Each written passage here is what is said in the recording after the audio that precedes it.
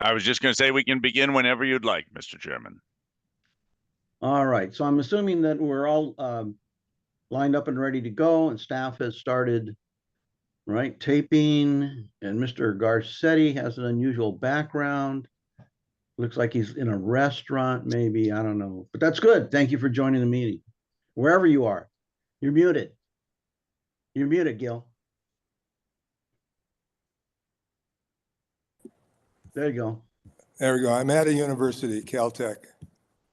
Yeah, no, that's a new background Yeah, it is. for you. And of I'd course, like to keep you on your toes. no, actually, And you're yeah, there. that's why I get the big bucks. And you know, That's right. of course, Senator Nilo in his office. Thank you for joining us. Yep. Vice Chair Canella doing God's work in Modesto and every place else. Dion Ariner, what a pleasure to see you. Jana Sidley with the background, so we have no idea where she is. Of course, she's a world traveler. We're never going to know where she is. Let's then start. It is 4 minutes after 2. This is the Thursday, May 29, 2025 business meeting of the Little Hoover Commission, meeting at, and Senator Cabalden, welcome, meeting at 2 p.m., which is a little unusual time for us. Usually it's in the morning, but I think based on commissioner availability, this made the most sense. Now on our agenda today, we've got public comment, consideration of the draft report on the governor's reorganization plan, consideration of the draft report on public philanthropic partnerships. So we're going to start with public comment, but I do want to say with respect to the governor's reorganization plan, again, thank you to Ethan and commission staff for listening attentively to the comments and remarks by the commissioners. At the last meeting, where we were able to go through the material, and thank you, Commissioner Miller, for making sure the trains ran on time, and that we had a full discussion on all of the issues that were before us. I think the staff has done a really good job in pulling the threads together so that it reflects certainly the consensus of the commission with respect to the text and the recommendations as it relates to the legislative suggestions. And I will say for both of the meetings that we held, that we had all of the commissioners were present. So we had a full contingent of folks that were able to participate. Ethan, let me turn it over to you. As I think item number 1 is public comment for our business meeting. That is correct, Mr. Chairman. So we will start with public comment. And for members of the public, this is the chance to make public comment on any agenda item or anything else you wish to comment on. Public comment, in keeping with the Commission's longstanding practice, is limited to 3 minutes per speaker, and there is a total public comment period of 30 minutes. If you've joined the meeting by Zoom, please use the raised hand function to indicate you wish to make public comment. If you have joined us by phone, send us an email immediately at littlehoover@lhc.ca.gov. That address is on the screen. Give us your phone number so we know who to unmute. But if you've joined by Zoom, please simply use the raised hand function. So again, once again, 3 minutes, commissioners will be able to hear you but not see you when you are making comments. So we will begin with online, people online who've indicated they wish to make public comment. Shara, if you can identify the first commenter, please. Our first commenter will be Marina Espinoza. You now have the ability to unmute yourself. Hi, good afternoon, Mr. Chair and Commissioners. Marina Espinoza here with the California Housing Consortium. We appreciate the Commission's ongoing work to evaluate the Governor's reorganization plan. And as we've shared in concept, CHC is supportive of it. However, the effort will only be successful if there's a meaningful culture shift and change in operation practices within the new agency. And it's also critical that resources be allocated to the state's housing programs. And I would note that the governor's May revision did not propose to fund any of the programs captured by the plan. I would also like to provide some feedback on the Commission's recommendations for the legislature to pursue companion legislation. We do have pretty significant concerns with the recommendation to require that an MOU be enacted between the governor and the treasurer. We think it could have significant unintended consequences since it would disrupt the existing processes in place at TCAC and CIDLAC, which work well. We appreciate the draft report's acknowledgement of the work that the AB 519 work group is responsible for, and we hope to participate in that process when the state begins engaging stakeholders. We think that is the appropriate place to hold discussions about improvements to the application submittal and review process. CHC strongly supports the Commission's recommendation to establish a formal mechanism for stakeholder feedback on implementation, and we urge the Commission to expand on this and to recommend that a Blue Ribbon Commission be created and tasked with advising the administration and the legislature as the reorganization plan is implemented. While we do not support any effort that would affect TCAC and CIDLAC, we would like to see representation from the State Treasurer or the Executive Director of TCAC and CIDLAC on the proposed Housing Development and Finance Committee. And finally, we also urge the Commission to recommend that the administration prioritize staff development as part of this effort. We think it's important for staff to be retrained across the state housing entities to increase their efficiency, skill sets, and productivity. This will likely require an additional upfront commitment of state resources, but it would offer significant savings over time. Thank you for the opportunity to comment on this issue. Our next speaker will be Sheila Nikolopoulos. You now have the ability to unmute yourself.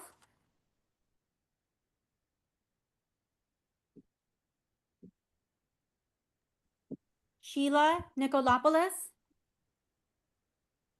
Yes, hi, I'm Sheila Nikolopoulos. I'm the Director of Policy and Legislative Affairs at the San Francisco Mayor's Office of Housing and Community Development. Thank you to the Commission for taking on this work. We're very happy to see the LHC recommendations to support the proposal. As a public agency, our staff spend considerable time and public dollars triangulating funding streams. The uncoordinated mix of agency and approaches costs us, and it negatively affects housing production outcomes.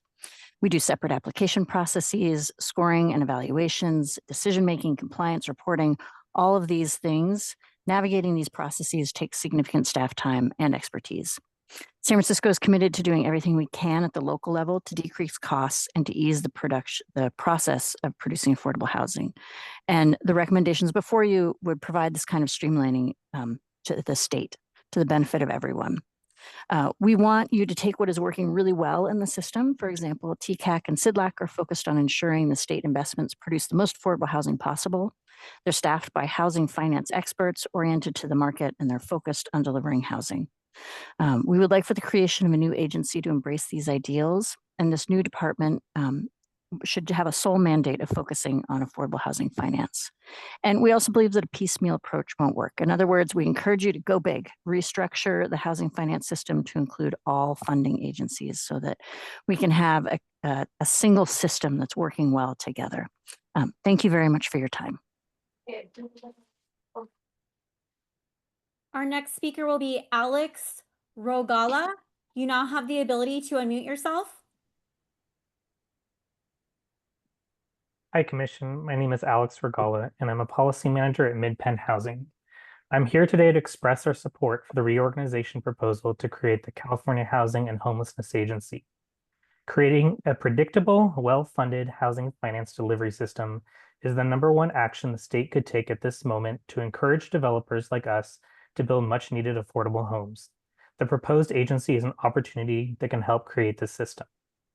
Mid-Penn's capital stack on new construction projects includes an average of 18% of funding from various state sources. Each of these state sources is administered by a separate program that represents different policy goals, from reducing carbon to creating middle-income housing to building infrastructure. Often a project will spend 2 to 3 years after entitlement navigating this labyrinth of programs to patch together funding from separate pots. This system is fragmented, lacks consistent goals, and is subject to bureaucratic delays, and it relies on overly drawn-out, often duplicative processes for securing funding. This reform is sorely needed to better deliver on housing priorities and commitments and help speed up housing production and homelessness service delivery across the state. The proposed agency can help address our challenges and represents a significant step in the reform process to create a more efficient system for delivering scarce public resources. This agency is long overdue. Millions of Californians are struggling with our housing affordability crisis. As a nonprofit affordable housing developer, manager, and service provider committed to creating greater housing stability for residents in our state, we believe this proposal would strengthen the state's leadership and capacity at a critical juncture. For all these reasons, we urge your support for the proposal. Thank you for your time. Our next speaker will be Lucas Evanson. You now have the ability to unmute yourself. Hello, my name is Lucas Evanson, and I'm speaking on behalf of the California Medical Association. CMA appreciates the board's consideration of the reorganization plan, the commission's recommendations that are unrelated to the reorganization but focused on the operations of the professional boards raise concerns. Though the report outlines the cost of the reorganization, it does not account for the potentially significant new costs around the structural changes in the new recommendations. For example, Recommendation 6 calls for the development of a new independent enforcement body to handle disciplinary actions. Not only would this be costly, it would also threaten to remove critical subject matter expertise from enforcement decisions. Additionally, despite the Commission's report acknowledging that licensing boards are already supported by independent investigators, legal staff, administrative law judges, etc., the report proposes creating an entirely new body which would only add more bureaucracy without demonstrated benefit to consumers. Similarly, Recommendation 7 proposes to create an independent fee-setting commission. Currently, licensing fees are set by the legislature. This empowers the legislature to ensure public accountability and transparency and aligns with the broader fiscal oversight responsibilities of elected representatives. Shifting this authority to an unelected bureaucratic body would eliminate vital legislative control over the cost of licensure, remove a key check on agency spending, and weaken democratic oversight. Both would create significant new bureaucratic costs that would be borne by licensees. We do not believe it is clear that the recommendations would result in the desired process improvements and would oppose having those costs imposed upon licensees. CMA also opposes Recommendation 8, which suggests either reducing the number of professionals who serve on the boards or develop more nuanced requirements for board membership. Arbitrarily reducing professional membership would diminish the quality of regulatory decisions, especially in fields requiring technical or clinical knowledge. For example, the medical board recently revised its opioid prescribing guidelines after chronic pain patients advocated that they be updated. A physician member of the board spearheaded this proposal, and because of that expertise, the board produced a set of guidelines that patient advocates have lauded. Additionally, while adding more nuanced requirements to serve on public boards may sound ideal on its face, the state constantly struggles to fill all of the vacancies on state boards. Finally, CMA has concerns with new Recommendation 9, which suggests expanded complaint reporting requirements and how they would be applied to physicians. Complaint data can be a valuable tool, but only when it is applied it is complete, contextualized, and properly interpreted. On its own, raw complaint data is often inconsistent across boards, influenced by public awareness and skewed by outlier cases. Using it to drive changes to educational or training requirements risks making licensing policies reactively rather than evidence-based. This could result in the imposition of new arbitrary barriers to entry. We would also ask that the board clarify that the information intended to be provided is an aggregate. CMA asks that the Commission remove Recommendations 6, 7, and 8 from its report and clarify Recommendation 9. Thank you. Our next speaker will be Heather Hood. You now have the ability to unmute yourself. Hello, thank you for having us here today and hearing more about public opinion here. First, Enterprise Community Partners is a financial organization that provides technical assistance alongside entities like the Strategic Growth Council and HCD. We work on policy and we provide tax credits and loans for affordable housing. Thank you for taking the time to engage in this proposal and understand both the complexity and the simplicity of what's been proposed. Enterprise, along with the Turner Center at UC Berkeley, has conducted several focus groups connecting with over 60 organizations, and we're very happy to see the LHC recommendation to support the GO proposal. I just need to mention that we work nationally, and there's no state in this country that has made it so complicated to get deals done. There's so much unnecessary bureaucracy that adds up to being delays and expense. We know that the status quo is not working, And the current uncoordinated mix of agencies and approaches cost the state and its partners massive amounts of time and money, negatively affecting housing production. I don't know what else you need as evidence, but happy to provide metrics on that. We've tried to create a predictable, efficient process in the past, and for over 30 years, those sort of soft pedal changes haven't worked. So I think this restructuring is essential. We want to take what is working really well in the system. We really like the way that TCAC and CIDLAC as agencies focused on ensuring that the state investment produces the most affordable housing possible. And those focus groups echoed that sentiment. These are agencies that are staffed by housing finance experts oriented to the market and embracing an entrepreneurial spirit, basically about let's get it done. And that's the kind of culture we'd love to see brought into this restructuring. And we don't believe that a piecemeal process will work. So let's do this well, and let's do it together in a thoughtful way. Thank you again, and we look forward to working with you as a partner on this effort. Our next speaker will be Mary McCune. You now have the ability to unmute yourself. Good afternoon, Commissioners. This is Mary McCune with the California Dental Association. We appreciate the efforts that were put into the organizational plan. And while we've submitted a letter outlining our concerns in a bit more detail, I would like to provide a brief overview of our opposition to recommendations 6, 7, and 8, and then also urge the Commission to clarify recommendation 9 in the draft report.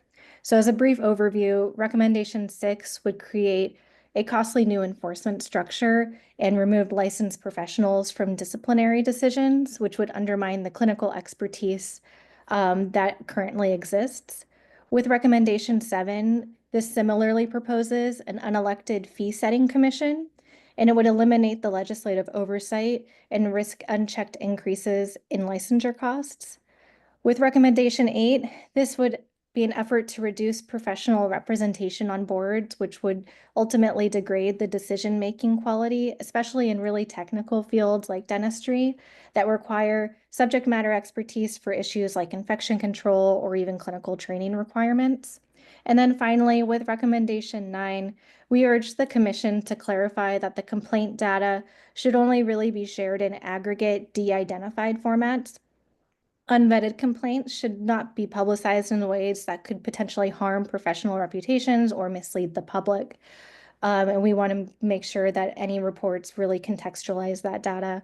So again, we really support the thoughtful reforms, but urge the Commission to preserve the professional judgment, the fiscal transparency, and ultimately the due process in the licensing system that California already has. Thank you. Our next speaker will be Kuldeep B. You now have the ability to unmute yourself.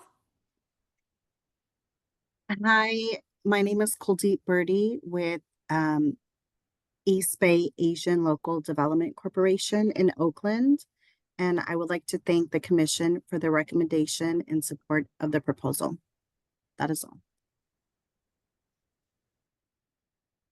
Our next speaker will be Courtney. You now have the ability to unmute yourself.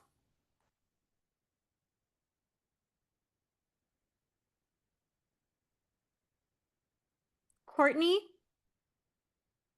Can you hear me? Yes, we can. Yes, can you hear me?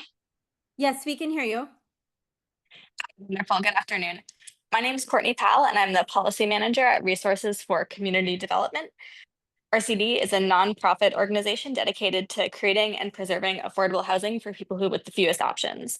We provide over 3,000 affordable rental homes throughout the Bay Area, with an additional 1,000 units in pre-development and construction. I'm here to express our support for the Governor's Reorganization Plan to establish a new California Housing and Homelessness Agency, as well as our specific support for the Commission's recommendations. In particular, I want to uplift the importance of recommendation number 4 to establish a formal mechanism for stakeholder feedback on implementation. And in fact, I actually want to urge the Commission to go a little bit further, because what we really need is stakeholder input and co-creation to shape the structure of this new funding process. Community-based nonprofits are critical partners in the state's affordable housing work and must have a seat at the table to design an effective system. I also want to reiterate the importance of creating more alignment in the application and review processes for financing affordable housing, particularly as it pertains to the programs under different constitutional offices, as expressed in recommendation number 5. As the report notes, the AB 519 work group process must inform the next steps in this area, whether that be an MOU or a more comprehensive transformation. We at RCD see great potential for the CHHA, along with the companion recommendations of the Commission, to accelerate the distribution of state housing resources and increase alignment between state housing programs. Thank you so much for your work on this report and its well-thought recommendations. Our next speaker will be Galen Dobbins. You now have the ability to unmute yourself. Hi, thank you. Can you hear me? Yes, we can.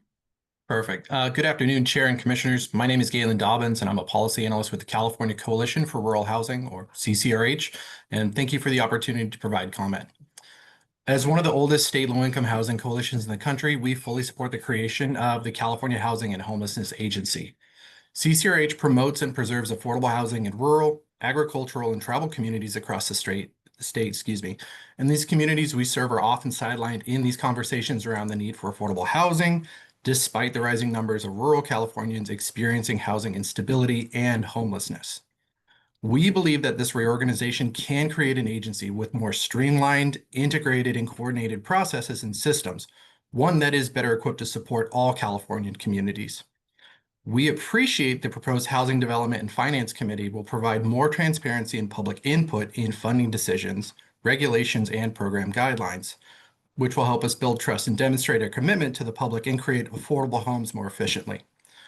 We hope that this conversation continues and we can find better ways to align across programs, specifically to make best use of the federal housing program resources that are delivered by the state, such as disaster-related rebuilding, programs serving tribal communities, and resources for Californians not entitlement communities. We also hope that there will be adequate resources in the state budget to let this new agency fully accomplish their mission. Again, CCRH is fully excited to support the proposal and appreciates the state's thought partnership on this approach to streamline affordable housing, financing, development, and ongoing monitoring. Thank you. Our next speaker will be Mark Stivers. You now have the ability to unmute yourself. Good afternoon. Mark Stivers, the Director of Advocacy with the California Housing Partnership, and thank you for having us testify before the Commission at greater length a couple weeks ago. Today, I'll just reiterate our position. We are in full support of the Governor's Reorganization Plan and the committees and the Little Hoover Commission's interest in supporting that. We think it is just a good government measure to have an agency secretary focused exclusively on housing. We also think it's a good government measure to have a public entity, the commission, that would oversee appeals and regulation adoption for HCD and CalHFA programs that would help with transparency and public participation. And then also we want to see this reorganization go into effect sooner rather than later, so we can get to the next phase, which we talked about, which was getting the true one-stop shop, to where we align the treasurer's and the administration's programs into one single competition. And so therefore, we also support your recommendation number 5 to have an MOU between those two entities. So we encourage you to move forward with the staff recommendations, and thank you for having me again today. Our next speaker will be Luann Huen. You now have the ability to unmute yourself. Hello, Luann Nguyen, Deputy Director for the California Coalition of Welfare Rights Organization. We come to this conversation because we provide we're a nonprofit. We provide technical assistance to legal aid organizations that help recipients of public benefits program access the resources that they are entitled to. And what we increasingly find in the client population of the program is that our programs serve the poorest people in the state of California. They are up against an incredible real estate financial market that creates unaffordability. and they do not have enough money to pay their rent. And so increasingly, our client population is becoming homeless, and the data pans that out. And so when this reorganization is proposed, or it's being proposed, how does our client population fit into this? This proposal for a housing and homelessness agency theoretically could be very broad.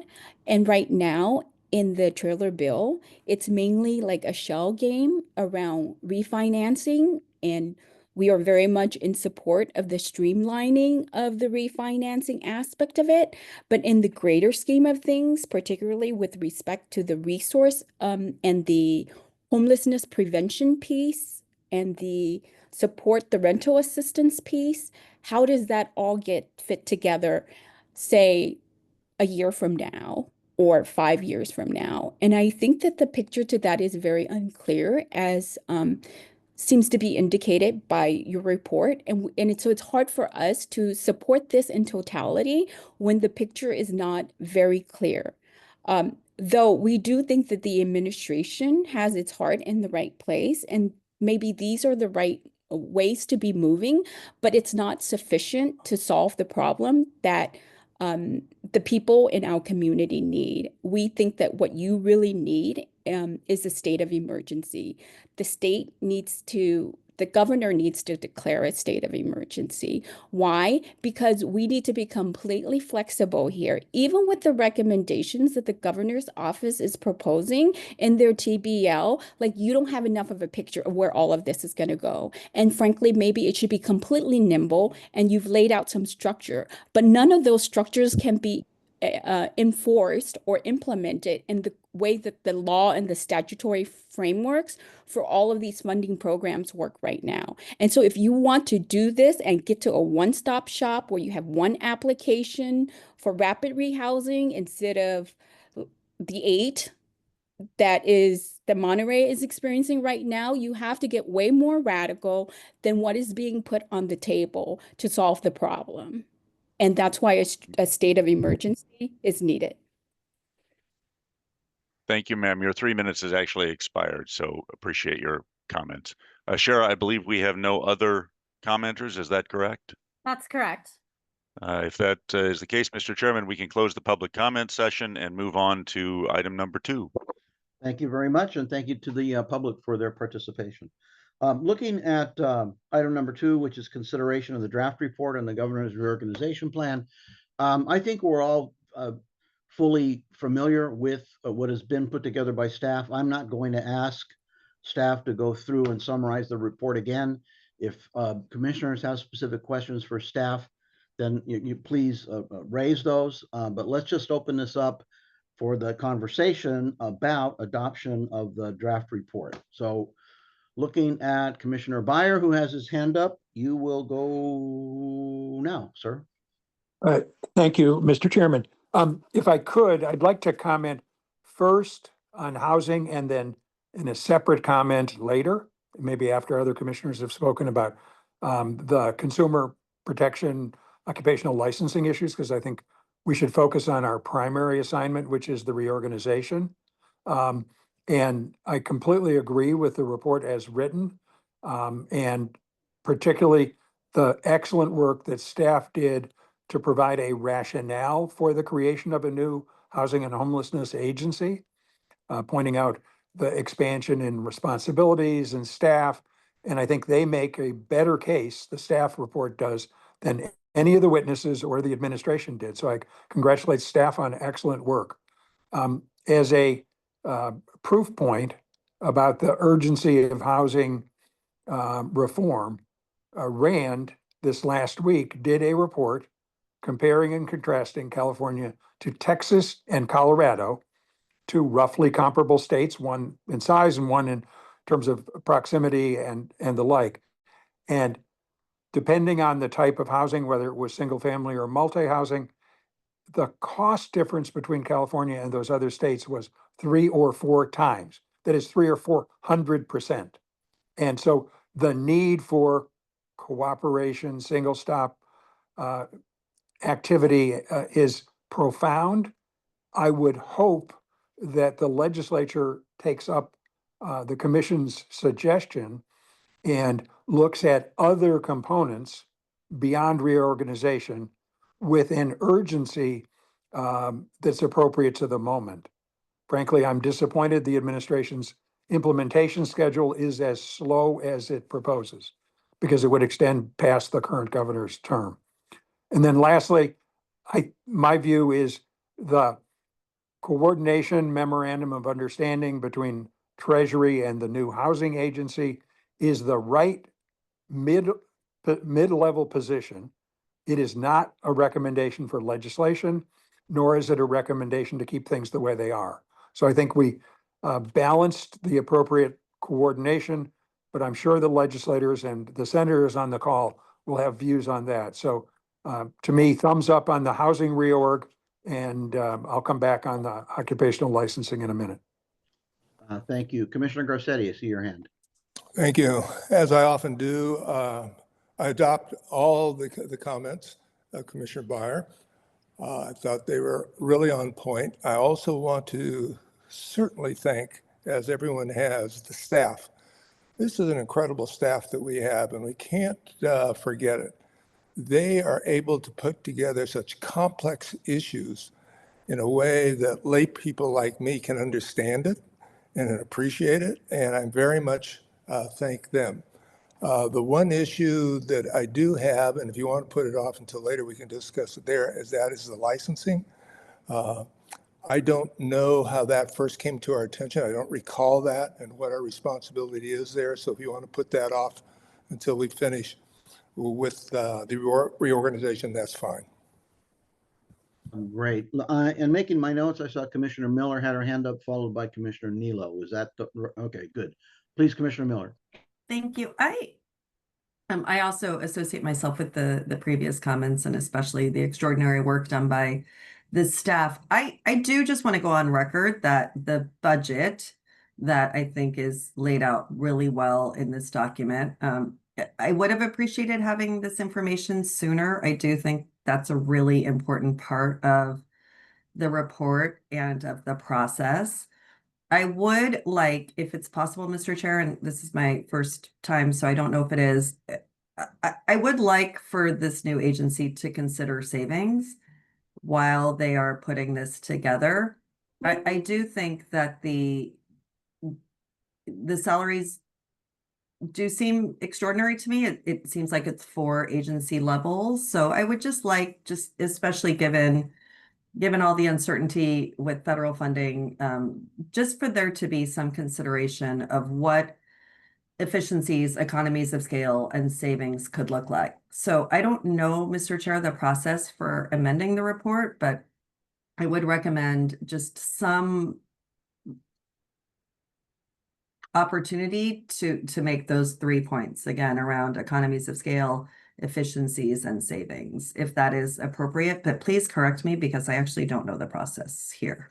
Yeah, let me just, let's take a moment and let me turn to Ethan. Part of what we think about it when we make changes to a report are a little bit different. Most of the time we've got a fair amount of flexibility because there's no particular deadline with respect to reports. I think it's a little different on this one. There are some statutory dates that we've got to recognize. And so Ethan, if you'll respond to that, and then if Commissioner Miller has anything else, then after that, we'll go to Commissioner Nilo. But Ethan, if you could. Certainly, Mr. Chairman. So the statutory deadline for delivering the report to the legislature and the governor is next Wednesday, the 4th. That is 30 days after the administration submitted the report to the legislature. We have noticed, as commissioners know, we have noticed a meeting next Tuesday, the 3rd at 10 a.m. In case there is a desire to make substantial changes to the report and meet on Tuesday to provide formal approval. I don't think all of the commissioners can attend that meeting, so it's really up to all of you if you wish to meet then. We have in the past occasionally made minor changes to a draft report subject to the final approval of the chair and vice chair, something along that language along those lines. So if the proposal here is a line or two urging the administration to consider savings and efficiencies by employing economies of scale. We might be able to add that. I think that's a relatively minor change, and perhaps we could do that just subject to your approval and that of the vice chair, for example, whatever the commission wishes to do. So we can do minor changes fairly easily. If we're talking about more major changes that would require a full vote of the commission, we can meet next Tuesday if that's the commission's wish. The only thing is that, again, we face the statutory deadline of next Wednesday to deliver the report. Yeah, thank you. I think that perhaps if what Commissioner Miller is talking about might be one of those things that's a relatively minor addition to the report that would be subject to the chair and the vice chair looking at it. And one of the strengths of adopting the report today, subject to the minor change, is that we've had for the 2 commission hearings the strong attendance by all the commissioners. And so I don't think it's a good idea to engage in some broad scale changes that are going to require another meeting to adopt the report, because we will not have the full concert of our commissioners. But I think what Commissioner Miller is talking about is we've done something like that in the past. So let me go to, I'm sorry. Oh, no, I was just going to say thank you, Mr. Chair. I have nothing more to add. Okay, Commissioner Neal, followed by Sidley, by Aaroner. Thank you, Mr. Chair. Of course, as I articulated last time, I do not support the reorganization and therefore don't support the report. But I will say, whether I agree with it or not, I recognize outstanding staff work, and this is outstanding staff work. You guys, you've formed, Ethan, obviously a very competent staff, and my hat's off to you and all of them. It's a great report. Having said that, I have one question, and it is the independent fee setting recommendation. I'm not sure that I fully understand it. Does that mean that that entity will be the entity to actually set fees, and it will not be subject to approval by the legislature? Or is, I wasn't clear to me in the articulation of it. I think it is important for the legislature still to be the body that eventually sets the fees, with recommendations, obviously, from others. What's the answer to that question? Yeah, Ethan, can you fill that out for us, please? Certainly, Mr. Chairman. I believe that the recommendation suggests that there would be an independent fee setting commission that would set the fees. However, since obviously there's no constitutional issue here, the legislature could always, if it wished, override the decision of that commission, could set the fees on its own if it wished to. But the idea is to create a body that would set the fees on its own without necessarily having legislative involvement. But again, the legislature would effectively have a veto. That is my understanding. I will ask Dan to correct me if I have misstated that. This is based on the testimony of Professor Haw Allensworth. Dan, if I have misstated that, can you correct me, please? And my camera's a little off base. Yeah, thank you for that, Senator. So I can jump in. The way that this, works is that basically, the boards, advocate for, raising or lowering fees within statutory limits. And if they need to move beyond, those limits, then the legislature, can ratify that. What we've seen and, what we discuss, within the report is that there is a sort of reluctance to raise fees, because you're raising fees, for professional colleagues and, for yourself in the case of, professional board members, and then in general, right, we kind of talk about the wide range of the financial situations of the different boards, right? Some are doing quite well. some less so, right? Some are actually looking at insolvency in the next few years. So what we're looking for with that recommendation, is just an independent committee that can determine exactly what the boards need and then move from there. And they would, of course, consult the legislature if they're moving beyond the statutory caps. So the legislature would be kept in the loop there. Well, I might also say, Mr. Chairman, my apologies, Senator, but I just want to add, Mr. Chairman, if the commission wishes to strike any of those final 4 recommendations, that is something that can be done relatively easily, and so that wouldn't require another meeting, I think. But that's entirely up to the commission, of course. I still think that the authority for setting fees should be with the legislature. And you mentioned statutory caps. Those, of course, are set by the legislature, providing some flexibility to the operating unit. But nonetheless, the legislature establishes those ranges. And beyond those ranges, the legislature has to approve it. For accountability, I still believe that that's the way it should be. I understand the point of an independent entity not having the reluctance of raising fees on professional colleagues. I get that.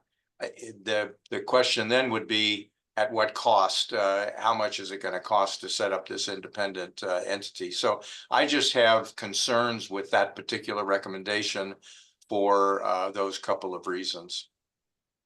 Thank you, Commissioner Neal. Commissioner Sidley, and then Aaroner, then Byer. Thank you very much. Just a few minor points. First, I want to support Commissioner Miller's suggestion.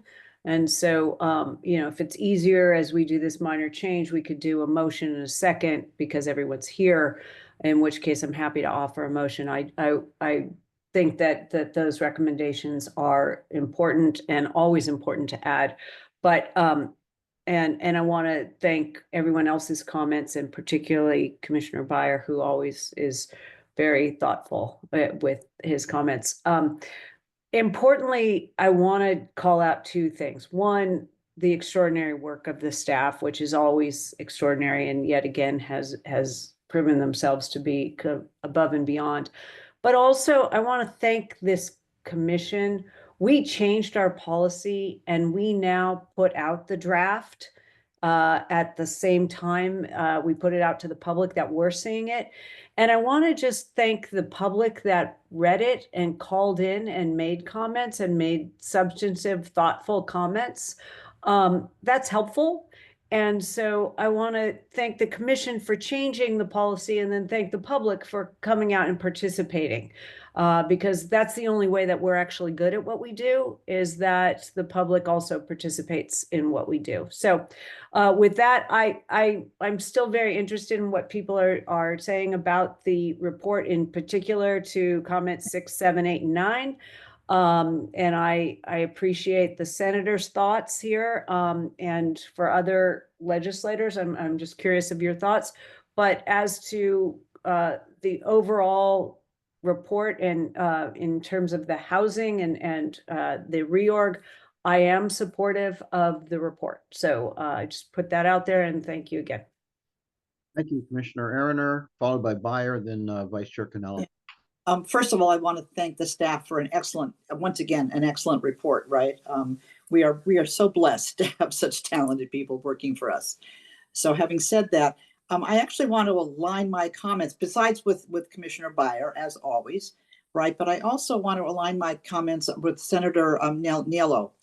My first thought also was about that creating a fee-setting commission doesn't mean that you can't also include the legislature in the process, right? I think it's appropriate to have an independent fee-setting commission, but I'm not so sure. I think that they should have the final say in what the fees are going to be. And so I would rather, I don't see why we can't add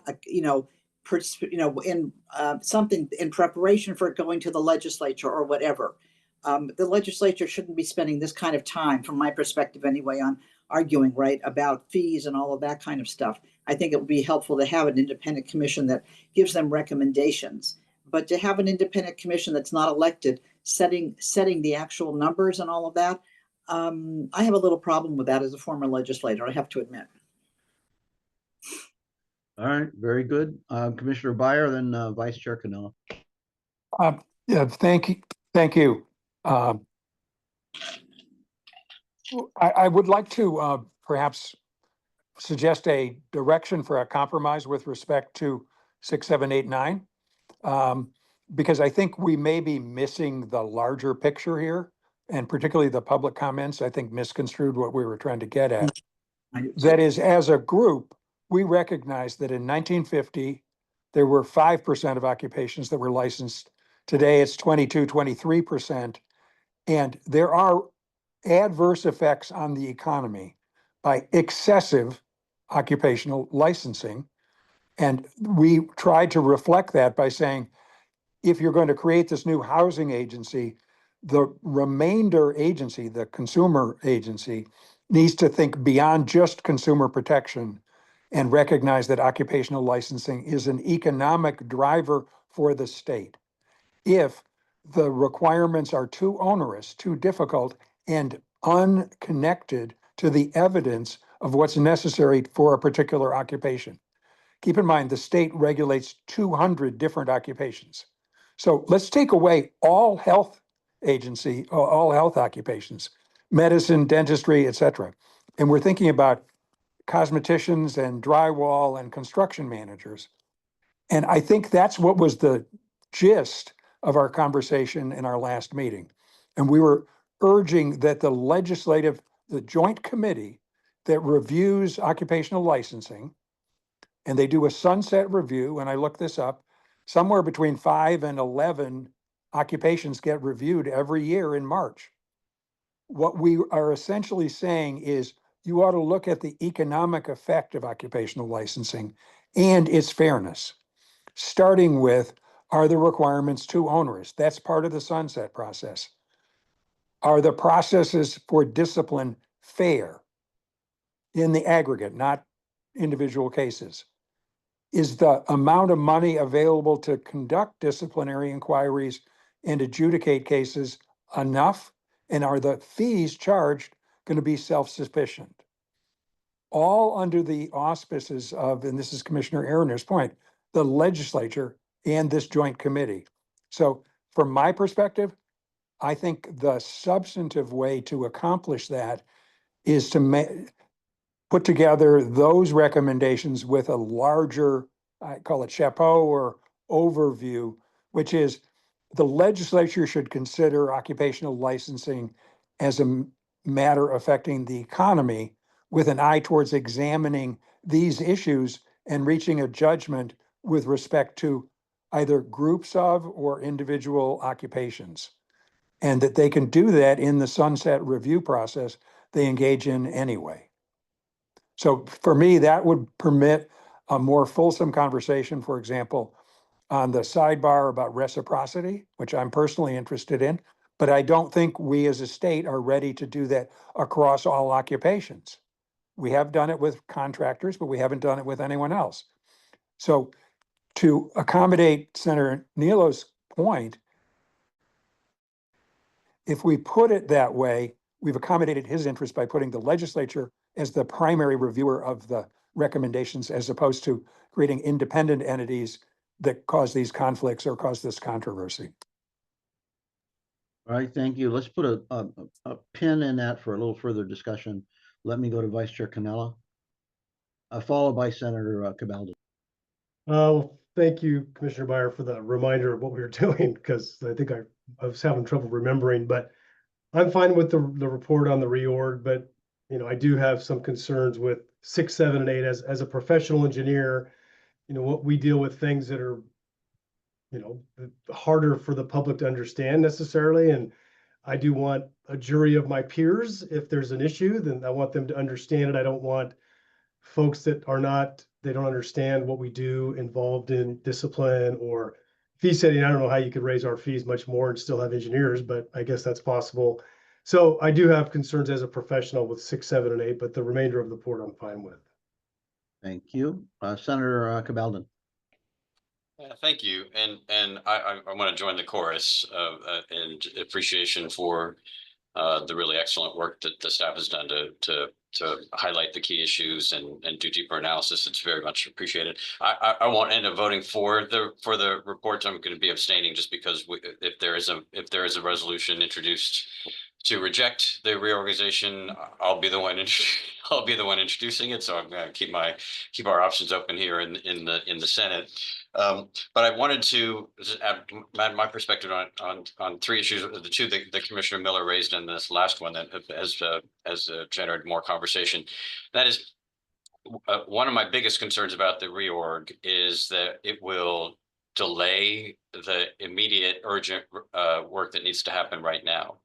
That now that we've received the timeline, that really the new agency, the new Housing Development and Finance Committee wouldn't really be up and running. We'd be spending months working on its nonprofit ID status and other mechanics, sort of necessary things, but not till the end of the fiscal year would it be up and running. Then they would start doing their work when we need to be creating the single stop unified application and delivery system for affordable housing immediately. And we don't need a new agency in order to begin doing that. And the existing agencies could do work now, so that principal objective, the main feature of this entire proposal, could be up and running much faster. But actually, given that the governor's proposed no money at all for affordable housing in the budget, and we haven't yet passed a bond, by the time the Housing Finance and Development Committee is up and running and ready to do a unified application single stop, we won't have any money left. We will spend all the dollars. So I think on that this is an important promise, but the delivery of the promise should not itself delay a promise that could be kept much quicker in terms of the implementation timeframe. Similarly, the cost issues that Commissioner Miller has raised, it is, I think, particularly given that we will be sending a lot less money out because we're not appropriating any money in the proposed budget for affordable housing at all. It's a big challenge a little bit of hubris to say that we need to tell Californians that we need to spend more money to deliver less resources for affordable housing, $1 billion less for affordable housing. And so as we try to achieve efficiencies in the delivery of those dollars, we should be doing the same thing at the state government level. So I think those are two areas that I think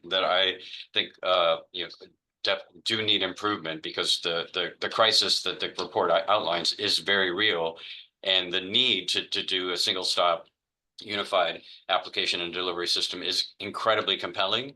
No one has questioned that, and there's no reason for that work to wait for the new committee and the new agency to themselves come into operational existence a year after this commission and the legislature take their actions. And then finally, on the last piece, I would just say no one's asking for our recommendations on how to reconfigure consumer licensing of all, professional licensing for everything. I mean, that yes, it's a relevant topic because we're talking about the agency. But these essential points, which I happen to agree with Commissioner Byer and many others on the fundamentals about the economics and the market dynamics here, were made very clearly in our 2016 report. They've been made clearly in our reports prior to that, and since then, it is a large distraction if this report is received and it's read as a report about fee setting and changing the occupational mix. That's not at all a part of the proposal. We can make reference to our prior reports without making this document about issues that are not before the administration or the legislature, that are not in the reorganization. And as I say, no one's asking for that at this moment. And if they do, we have a very complete, comprehensive report exactly on that topic already. And I hope the Commission's report is on this issue, on the reorganization, isn't swamped by issues that are, while important, aren't relevant to the reorganization itself. I think the legislature and the governor need to hear clearly the commission's clear analysis about the Housing and Homelessness Agency reorg itself, and the other issues should wait for another day, given that we've already spoken clearly about them in the past. Thank you, Senator. Let me suggest something here, because I think we can do this in two parts. And I think it makes sense to have a motion to adopt the report insofar as it approves the proposal to create two agencies. So we should, my suggestion is we do that as one motion and wait and take a separate motion as it relates to the recommendations. So we can say, and I'll get to you, Commissioner Garcetti. So I think the first motion should be, does the Little Hoover Commission agree that they're with the administration that there should be two agencies? And that's a yes or a no. And then Senator Cabaldon has already said that he's going to abstain. So he's able to do that. And Senator Nilo can vote no. Then when we finish that, we can move to the discussion of the recommendations and whether or not what looks to be an issue on 6, 7, and 8, and maybe 9, but 6, 7, and 8, we can figure out whether or not we want to hang on to those or not. Commissioner Garcetti. I think that's a perfect solution to the issue, and I would make the motion that you just articulated. All right, so Commissioner Garcetti makes the motion. Is there a second? I'll second. That was Commissioner, who was that? Commissioner Miller. Anyway. All right, so motion by Garcetti, seconded by Miller. I think it's time to call a roll. Mr. Chairman. Mr. Chairman? Oh, you're sorry, muted. I'm muted. Aye. Mr. Vice Chairman? Aye. Commissioner Arner? I believe you're muted, but I believe you. Aye. Thank you. Commissioner Byer? Aye. Senator Cabaldon? Stay. Assemblymember Chen? Commissioner Garcetti? Aye. Commissioner Hernandez? Aye. Commissioner Johnson? Aye. Commissioner Miller? Aye. Senator Nilo? No. Assemblymember Ortega? Commissioner Sidley? Aye. So that motion carries, Mr. Chairman. All right, so the first part of that carries, and my suggestion then is we have another motion to adopt the recommendations as set forth in the report. Now, clearly, there's going to be amendments to that because there's objections or there's some further conversation on 6, 7, and 8, and I don't know that they're going to survive. So if there is a motion to adopt the recommendation portion of the report, then we can have a discussion about the rest of it. Commissioner Sidley. I was just wondering, Pedro, what if we were to do a motion to adopt 1 through 5 at first and get those out of the way, and then have the discussion for 6, 7, 8, and 9? Would that? I'm agnostic. I don't care what works. Okay, then if that's okay, I would move to adopt 1 through 5. Additionally, adding the lines that Commissioner Miller had indicated about just efficiencies, economic efficiencies, to be part of the a part of the report. Okay, so there's a motion. Let me note. I also have Garcetti and Nilo want to speak, but let me see. Is there a second? I second that. Second. All right, there's a whole bunch of seconds. So we've got who did I have first? Garcetti, Nilo, and Byer. I was just seconding. All right, thank you. So that was the second. Let's go to Senator Nilo. Yeah, just to explain myself, I will be abstaining on the recommendations because as a legislator, those will come to me, and I prefer to keep my powder dry, so to speak, and consider those issues if and when they come to me for legislative decision making. Understood. Commissioner Byer. Yes, no, thank you. I don't know whether this is a friendly minor amendment to Commissioner Miller and her point well taken on expense, but also responding to Senator Cabaldon's point about in the context of the state budget and spending on housing, spending more money with less urgency than I think most of us feel seems a bit of a contradiction. And so somehow we were talking about looking for economies of scale and savings. I think that's only half the equation. There's also something about the urgency of now and trying to get things done and up and running faster than what the administration has proposed. I don't think that's a recommendation, and I'm not exactly sure how staff would implement that, but I have a sense that there's a impatience with the schedule. Okay, let me, so at least insofar as what I hear, the motion was to adopt 1 through 5, including the language by Commissioner Miller, and Commissioner Byer wants us to say hurry up in a nice way. All right, Commissioner Aaroner and then Sidley.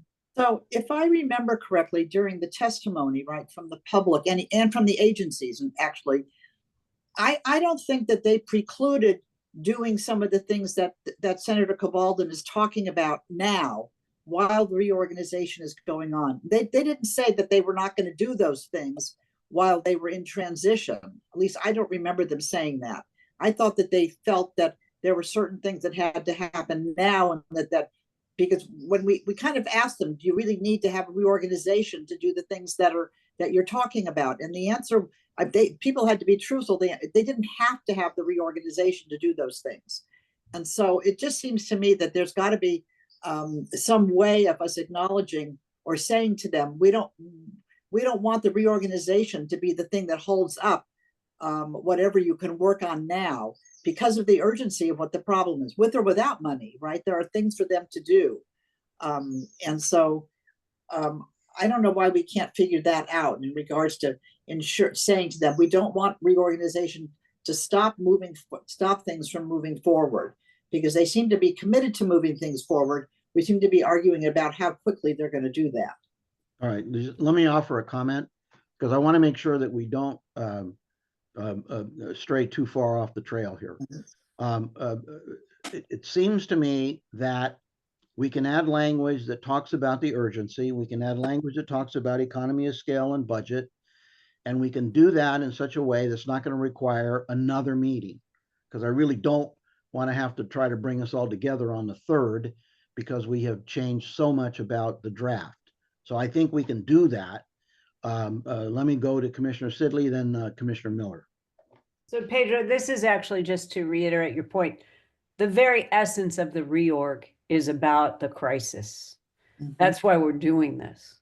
So, just a sentence that says, as this crisis is unfolded and we are talking about a reorganization, obviously the faster and better you can do this is why we're doing this in the first place. So, the schedule, I think, was out there as sort of what people were thinking is what a time frame would be, but I don't think it's an inhibitor. I think it's more like, an informed, just information but you can always beat that timeline. So, but I think the very essence of why we're doing this is a crisis. So to your point, Pedro, yeah, I don't think we're asking to change the language at all. I think we're emphasizing, we're agreeing, okay, you can do this reorg because there's a crisis. So get on it, giddy up. I think is really all that we're saying. So it's not a change. It's just an emphasis of what's going on here. Yeah, and I think that working with Daniel and Ethan and Anthony, what you're really talking about is tone. You want some aspects in a narrative that emphasizes that these are urgent issues that need to go forward, and that God forbid anybody should think that the reorganization is an excuse to do nothing in the meanwhile. All right, Commissioner Miller, followed by Garcetti, then going to Cabaldon. Yeah, I was just going to offer a friendly amendment to defer to the chair and vice chair on these 3 issues. So I think the 3 are budget, alacrity, and no preclusion of forward momentum. I think those are probably 3 additional sentences, but I would just offer Commissioner Sidley an amendment to say that those 3 changes can be approved by the chair and vice chair. Okay. I'm happy with that. So let me go to Garcetti, followed by Cabaldon. I'm still unclear as to how the portion of what we've been discussing in terms of fees for professional organizations got to be part of this reorganization, and who asked us to look at this. All right, let me do this because what we want to do now is talk about 1 through 5. Okay. We'll come to 6, 7, and 8, and 9 after we deal with 1 through 5. That's fine. All right, thank you. Senator Cabaldon. Yeah, I wanted to put a finer point on it, because I think the sort of simply talking about the urgency of the crisis alone. The specific issue here, I think, in my view at least, is that the timeline identifies July of this year to June of next year for the purpose of beginning work to create a single application and awards process, including outreach. While the new committee is being organized, and then not till July 26, at least the timeline implies, would we start to see that actually implemented. That's too long.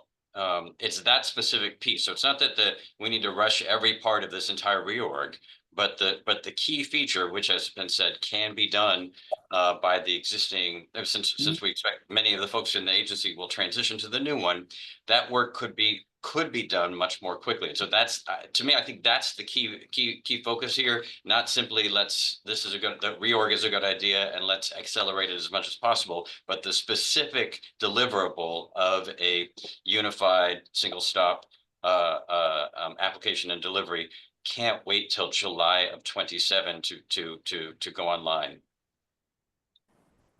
Okay, let me look across the board. I see no further hands on this one. So Ethan, as the executive director, and then Daniel also, do you have enough information to try to craft what's going to be supplemental language here? I think we do, Mr. Chairman. We can craft language which focuses on the need for speed, for savings through economies of scale, and moving quickly and not waiting with regard to the unified application or one-stop shop, whatever one wants to call it, that we can move forward with that. We urge the administration to move forward with that before the official creation of the new agencies to the extent possible. So yes, we can add, I think we're talking about a few sentences, Mr. Chairman, but I believe that we can add that pretty easily. Okay. Now, having said that, there's a motion. There was a second. There were amendments to the motion.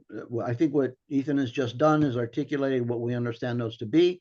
I think it's time to call for the question and vote. Mr. Chairman. Aye. Mr. Vice Chairman. Aye. Commissioner Eriner. Aye. Commissioner Byer.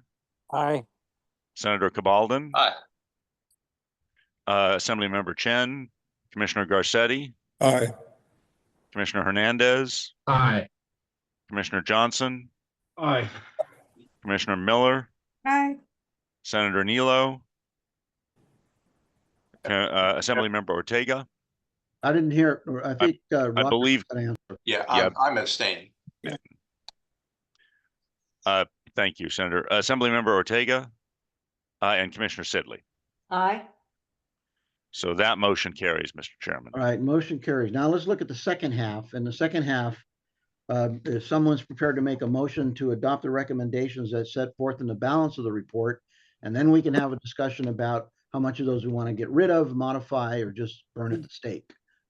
Commissioner Byer.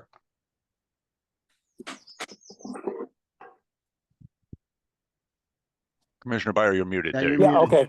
okay. Well, as the person who raised the occupational licensing thing, let me explain it and then I'll offer a suggestion. For the reasons I said before, I think occupational licensing reform is important for the economy. On this, I'm joined by strange bedfellows, the Wall Street Journal editorial page and Barack Obama's Council of Economic Advisors. So this is not a radical set of ideas.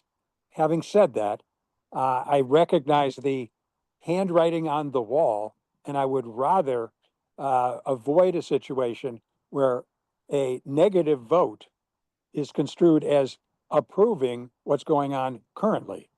Yeah. So one way of dealing with this is to say this is to the point made by one of the other commissioners, this is beyond the scope of what's essential for the reorganization, because the reorganization was predominantly focused on housing and homelessness, and that we would be better off keeping our focus on that and dropping these four.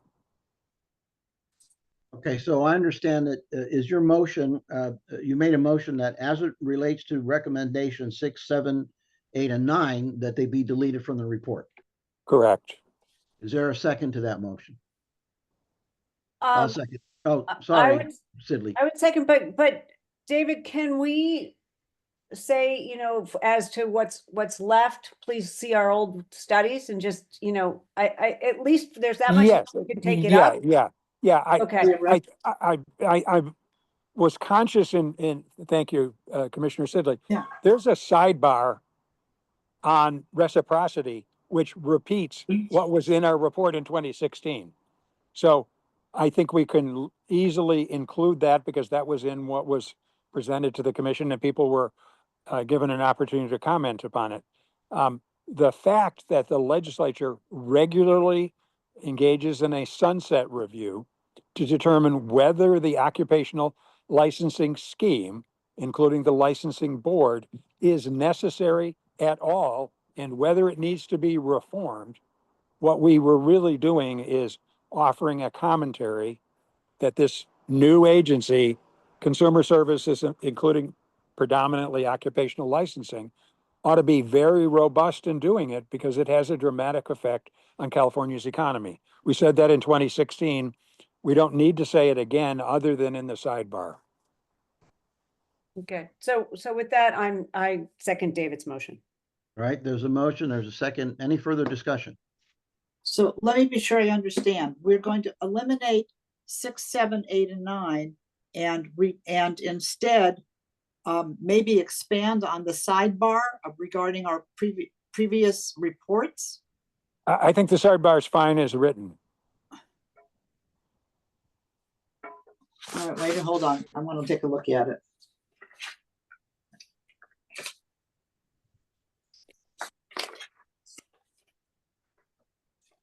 It has a title of out-of-state licenses. Right. It needs to be modified with the chair and the vice chair's deft hand, assisted by staff. But essentially, it says this is an important topic. There's a new agency. It's going to have more staff than it had before, potentially, and that it should keep its focus on the effect of occupational licensing on the economy. Yeah, and we can also include specific references or a summary of our prior report. Yeah, that's yeah. Because I mean, it's just the title is, you know, is rather. Yeah. Good point. Good point. Okay. All right, you know, then I'm okay because I mean the title. All right. Yeah, that we can fix. Okay. So there's a motion, there's a second, there's been discussion. Call the question. Mr. Chairman. Aye. Mr. Vice Chairman. Aye. Commissioner Aaroner. Aye. Commissioner Byer. Aye. Senator Cabaldon. Aye. Assembly Member Chen. Commissioner Garcetti. Aye. Commissioner Hernandez. Aye. Commissioner Johnson. Aye. Commissioner Miller. Aye. Senator Nilo. Aye. Assembly Member Ortega. Commissioner Sidley. Aye. That motion carries, Mr. Chairman. All right, I think we've completed the work necessary with respect to item number 2, the draft report on the governor's reorganization plan. And once again, let me express my appreciation to the commissioners for their participation, for their thoughtfulness, and for spending the time necessary to go through all of this information and to understand, you know, where we're going and what we're doing. And I want to thank Senator Cabaldon, who's demonstrated that he actually reads our reports. All right, I think we still have enough energy. Hey, I read the report too. Right. Hey, Roger, I'm very sorry. I want to thank both senators for Exactly. participating in this hearing. And this is an example of why it's important to have legislative members have discussions about things that affect the legislature. So we're not sending missiles over to the Capitol that are going to be ill received.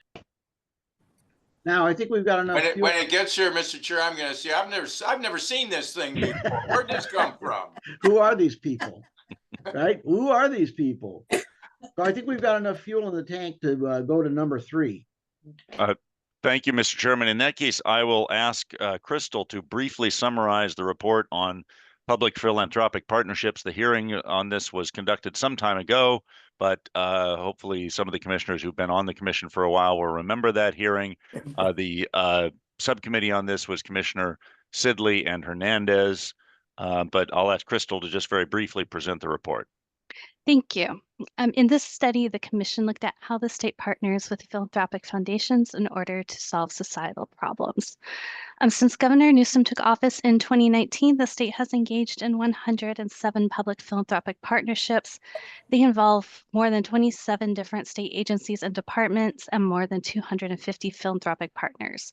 The state has contributed $13.6 billion towards these partnerships, and philanthropic foundations have donated another $4.2 billion. During our public process, the Commission heard a lot of praise for the state's public philanthropic partnerships. Specifically, the foundation witnesses we heard from appreciated the leadership from the governor's office in building the partnerships. They appreciated that the individuals who've held the partnership liaison position have had significant foundation experience previously in their careers, which allows them to translate between the government and nonprofit foundation sectors. They also appreciated the work the state was doing to include philanthropic partners in the creation of the partnership ideas and strategies. Our witnesses told us that they felt like they were being treated like partners and not just an ATM. But we also learned about ways the state could strengthen its public philanthropic partnership infrastructure. And today we are presenting 4 recommendations to the Commission intended to strengthen that infrastructure. The first recommendation is to institutionalize the liaison position. We ask the state to make the position permanent so that it survives transitions across administrations. And we ask that this person liaise with the Attorney General's office on messaging with newly formed foundations to let them know that state government wants to work with them. Our second recommendation is that the state continue its work to establish these partnership liaisons in major agencies and departments beyond the 10 positions it has already created. The third recommendation is that the state should create a centralized point of reference on philanthropic public partnerships within the legislature, both to communicate with the philanthropic community and the administration. Finally, we recommend that the state create a formal monitoring and evaluation process located outside of the office of the governor. We ask that the state collect demographic data on which Californians are benefiting from these investments. And we ask the state to conduct further studies to determine if some models of public philanthropic partnerships yield greater impact than other models. So thank you for this opportunity to present the report, Mr. Chairman. I'm happy to answer any questions. Now, why don't let's turn this over to Commissioner Sidley Hernandez, who were the subcommittee, to see if they have any comments. I got Hernandez put his hand up first. What is this? I've never seen it before. I don't know who is. Commissioner Sidley. This is, I think we did. No, we had one or two discussions on this. I think that the idea was to make it easier. I mean, there's a lot of individuals that want to do work in the field, philanthropic and so forth, and how do we best coordinate? Once again, I mean, staff was able to encapsulate all the conversations we had and the recommendations set forth. I tried to do that. I think at that time, the governor's office is leading an effort in terms of having a central office. So that's why some of the recommendations are consistent with that to approve the report. Thank you. Commissioner Sidley. So, Jose and I, we had some very good discussions. I mean, Crystal did, again, a phenomenal job here. And so thank you, Crystal. And, you know, I think anything that the state can do to help facilitate these public-private partnerships and people getting more information and understanding how to participate is good. And so I urge a yes vote on this report. But thank you. Thank you. Commissioner Byer? Sorry. Hello? Can you hear me? Hello? Yes, David, we can hear you. Okay, sorry. I support the report as written, do not offer any recommended changes, but I do note that an earlier report the commission worked on with respect to regional economic development, and we had a series of hearings on that, and our report reflects the idea of governmental private sector partnerships has borne fruit at the local level in areas like Fresno and places away from the big cities of the state. And I think the model that the state is using is something that should be encouraged. And we should also recognize the Little Hoover Commission's earlier work calling out those other kinds of city or county or regional partnerships between companies and the government. Thank you. I see no further hands up. Is there a motion to adopt the report as submitted? So moved. I'll There was- second. There Miller. was motion and a second. Did you get that? I did, Mr. Chairman. All right. Let's call the question. Let's vote. Mr. Chairman, Aye. Mr. Vice Chairman, Aye. Commissioner Aaroner, Aye. Commissioner Byer, Aye. Senator Cabaldon, Aye. Assemblymember Chen, Commissioner Garcetti, Aye. Commissioner Hernandez, Aye. Commissioner Johnson, Commissioner Miller, Aye. Senator Nilo, Aye. Assemblymember Ortega, Commissioner Sidley. Yes, aye. And that motion carries, Mr. Chairman, so that report is adopted. Great. Congratulations, folks. Let's look. The next thing we have is project and meeting schedules, topic 4, A, B, and C. Correct. Thank you, Mr. Chairman. So I will just sort of take A, B, and C all as one item if the commission approves. Basically, the schedule is as follows. We will cancel the meeting that we previously noticed for Tuesday, the 3rd. I don't believe there's any reason for us to meet next Tuesday. Therefore, the next meeting of the commission will be June 26th. That will be the 3rd hearing on electricity costs. We have witnesses lined up for that hearing. We anticipate that is a Zoom meeting, and so it's relatively short, but we anticipate 2 more hearings on electricity costs on June 26th and July 24th, and then those hearings will be completed. We will be moving on to, presumably in August, a hearing on the other half of our work on public-philanthropic partnerships. That is to say, the report we just approved dealt principally with foundations funding things, money coming into the state. Commissioners may recall we conducted a survey in conjunction with Cal Nonprofits on the state contracting process with nonprofits. We have the results of that survey. We'll be releasing those results and then anticipate another hearing in the summer on the contracting issues where nonprofits are receiving the money. We will be coming to the commission probably in June, in addition to having witnesses on electricity costs with a discussion of future topic selection. And so we'll be providing background information on that before the June meeting, and we'll be able, given staff bandwidth, we'll be able to adopt at least one new topic at that meeting. So happy to answer any questions, Mr. Chairman, but I think that takes care of the meeting schedule for now. Okay, I don't see any hands up. Administrative update. The administrative update can be extremely brief, Mr. Chairman. We're continuing to work toward hiring our additional staff members. Commissioners know Ali Powell left the commission some months back. We've received applications. We actually received more than 300 applications for that position, and we're sorting through those, and we'll be hiring as soon as we can to fill out the staff. So we're back to our full complement of 7 positions. And then if I can just quickly move on to implementation and impact report, we actually will be providing a full update on that at the June 26th meeting with a full report on the bills we're supporting and bills we're tracking. To be entirely honest, we have been focused on the reorganization report and haven't fully had time to update our full tracking. So we'll provide that at the June 26th meeting. But on those 2 items, happy to answer any questions, of course, Mr. Chairman. Great. Thank you very much. Yeah, no, it's clear that we had to focus. I mean, you got to put people to work on this reorg. And again, I think universally what you heard from commissioners that are very satisfied with the work and pleased with staff.